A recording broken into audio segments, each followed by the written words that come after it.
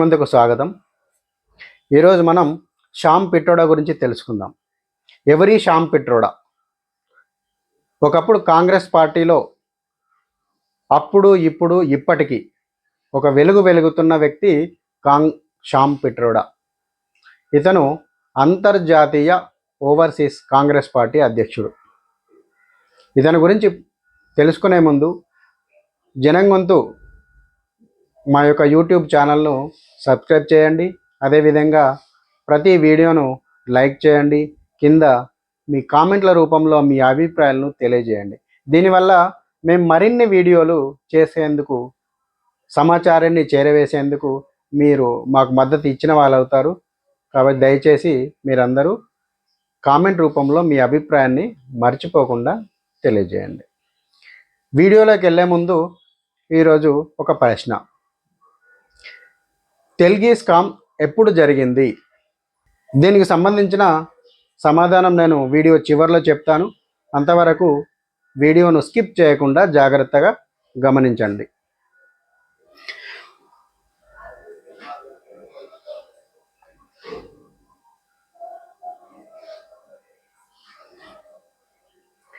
గత 4 రోజులుగా రాజకీయాల్లో ఒక దుమారం రేగుతోంది.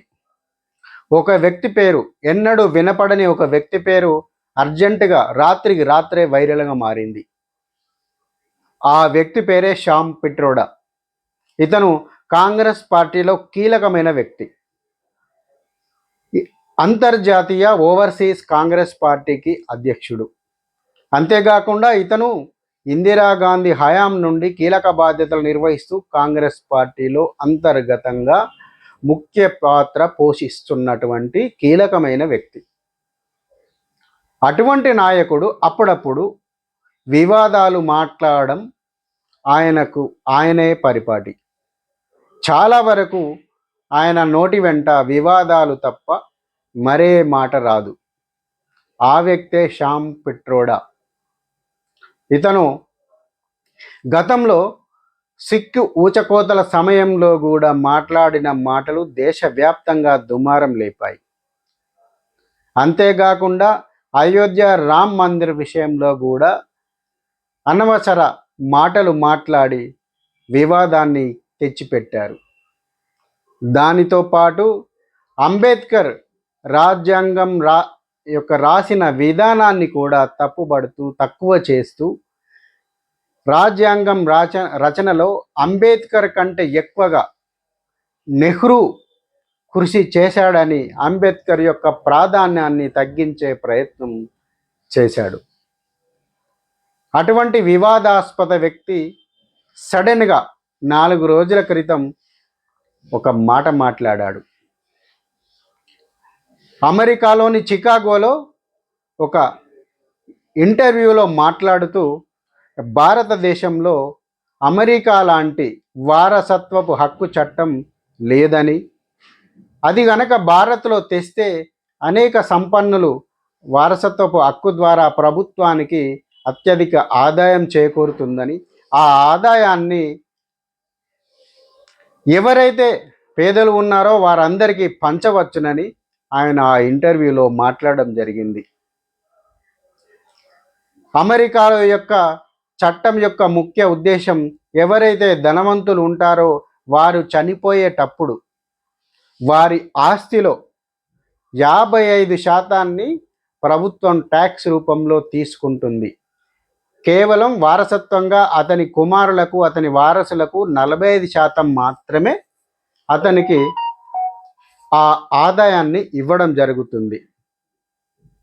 మరి అమెరికా దేశానికి భారతదేశానికి ఒకే సారూప్యత ఉందా? అమెరికాలో ధనవంతుడు, భారతదేశంలో ధనవంతుడు ఒకటేనా? భారతదేశంలో వ్యవసాయ ఆధారిత దేశం.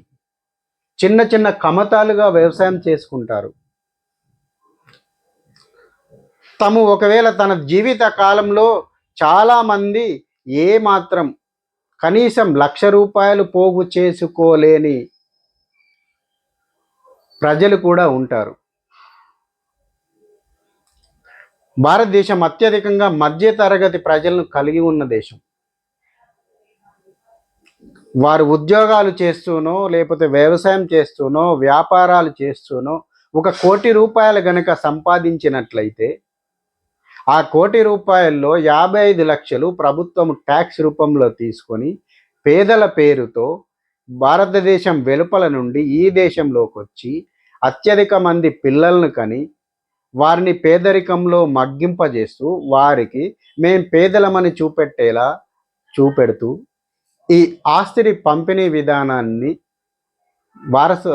సంపద పంపిణీ పేరుతో వారికి ఈ సంపదను బదిలీ చేయడం ఎంతవరకు కరెక్టు? అటువంటి విపరీతమైన దుమారం లేపే అసంబద్ధమైన మాటలు మాట్లాడుతూ వివాదాస్పదంగా 4 రోజుల్లో తెరపైకి రాత్రికి రాత్రే శ్యామ్ పిట్రోడా రావడం జరిగింది. ఈరోజు ప్రపంచవ్యాప్తంగా శ్యామ్ పిట్రోడా గురించి గత 4 రోజులుగా మాట్లాడుతున్నారు అంటే ఈ వాక్యాల దుమారమే. కానీ కాంగ్రెస్ పార్టీ ఏమంటుందయ్యా అంటే శ్యామ్ పిట్రోడా మాటలు ఆయన వ్యక్తిగతమని మాకు సంబంధం లేదని చేతులు దులుపుకునే ప్రయత్నం చేస్తోంది. సరే, చేతులు దులుపుకున్నంత మాత్రాన అది దులిపేయగలిగే సమస్యన? ఆయన దులిపేయగలిగే వ్యక్త? ఆయన కాంగ్రెస్ పార్టీకి ఓవర్సీస్ అంతర్జాతీయ అధ్యక్ష స్థానంలో ఉన్నాడు. అదేవిధంగా ఇందిరాగాంధీ నుంచి రాజీవ్ గాంధీ, రాహుల్ గాంధీ, సోనియా గాంధీ, ఇప్పుడు ప్రియాంక రాహుల్లకు కూడా ఆయన వ్యక్తిగత సలహాదారు. అంతటి కీలకమైన వ్యక్తి మాటలు కాంగ్రెస్ మాటలు కావని ఎలా దులిపేసుకుంటారు? అయితే ఈ వ్యాఖ్యలను బీజేపీ తప్పుపట్టింది. నరేంద్ర మోడీ రాజస్థాన్లో కలిగిన సభలో మాట్లాడుతూ మీ యొక్క రేపటి కష్టపడి కూడబెట్టుకున్న బంగారం ఆస్తులు ఎవరైతే ఉన్నారో అధిక సంతానం పేరుతో ఈ దేశంలోకి చొరబడిన వ్యక్తులకు సంపద వికేంద్రీకరణ పేరుతో మీ ఆస్తులను వారికి పంచి పెడతారని బహిరంగంగానే మాట్లాడడం జరిగింది. కానీ ఈ శ్యామ్ పిట్రోడా మాటలను కాంగ్రెస్ పార్టీ తన మేనిఫెస్టోలో సంపద వికేంద్రీకరణ అనే అంశాలను పక్కకు పెడుతూ కుహనా సెక్యులర్ మేధావుల పేరుతో ఎలక్షన్ కమిషన్కు వేల సంఖ్యలో, 1 కాదు 2 కాదు, వేల సంఖ్యలో నరేంద్ర మోడీ మాట్లాడిన మాటలపై అవి వ్యక్తిగత స్వేచ్ఛకు భంగం కలిగించేలా రాజ్యాంగ వ్యతిరేక స్ఫూర్తితో ఉన్నాయంటూ వేల సంఖ్యలో ఎలక్షన్ కమిషన్కు ఆయనకు వ్యతిరేకంగా ఉత్తరాలు రాస్తున్నారు. మరి ఇదే ఉత్తరాలను కాంగ్రెస్ పార్టీ తన మేనిఫెస్టోలో ఎందుకు చేర్చడం జరిగింది? ఆ శ్యామ్ పిట్రోడా ఎందుకు అలా మాట్లాడడం జరిగింది అని ఎలక్షన్ సమయంలో భావోద్వేగాలు చెలరేగేలా ఈ దేశంలోని ప్రజలు రెండు గుంపులుగా విడిపోయేలా ఆ మాటలు ఎందుకు మాట్లాడవలసి వచ్చింది? హిందూ ముస్లిం పేరుతో విడిపోయేలా శ్యామ్ పిట్రోడా మాటలు ఎందుకు మాట్లాడవలసి వచ్చింది అని ఈ కుహనా సెక్యులర్ మేధావులు ఒక్క ప్రశ్న కూడా వేయడం లేదు. అంతేకాకుండా కాంగ్రెస్ పార్టీ యొక్క నిజ స్వరూపాన్ని, వారి యొక్క నైజాన్ని, వారి యొక్క వక్రబుద్ధి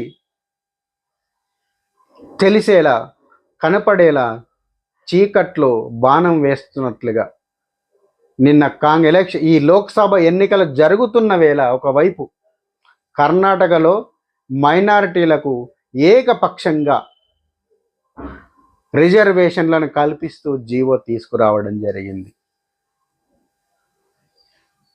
50% రిజర్వేషన్లు మించకూడదన్న సుప్రీంకోర్టు రాజ్యాంగ చట్టం ఇవన్నీ ఉల్లంఘిస్తూ కేవలం మైనారిటీలకు లబ్ధి చేకూర్చేలా జీవోలు తీసుకురావడం వెనుక ఆంతర్యం ఏమిటి? అంటే ఈ దేశంలోని మెజారిటీ ప్రజలైన హిందువుల యొక్క అణిచివేత కాంగ్రెస్ పార్టీ చేపడుతున్నట్లా లేదా? ఖచ్చితంగా ఇది మెజారిటీ ప్రజల హక్కులకు భంగం కలిగిస్తున్నట్లుగానే కాంగ్రెస్ పార్టీ చర్యలు కనబడుతున్నాయి. మొదట అడిగిన ప్రశ్నకు సమాధానం ఈ స్కామ్ సూత్రధారి అబ్దుల్ కరీం తెల్గి. 2003లో ఈయన దాదాపు ఈ స్కామ్ ద్వారా రిజిస్టర్ స్టాంప్స్ శాఖకు దాదాపు 30,000 కోట్ల రూపాయల నష్టాన్ని కలిగించాడు. నకిలీ స్టాంపు పేపర్లు తయారు చేసి మార్కెట్లో విచ్చలవిడిగా అమ్మడం ద్వారా తను ఈ యొక్క కుంభకోణానికి తెరదీశాడు. ఇతను అప్పుడు కాంగ్రెస్ పార్టీలో ముఖ్యమైన పాత్రధారి. దాదాపు 30,000 కోట్ల రూపాయలు 2003లో ప్రభుత్వానికి ప్రజల సొమ్మును నష్టం చేయడం జరిగింది అబ్దుల్ కరీం తెల్గి. జై హింద్, భారత్ మాతాకి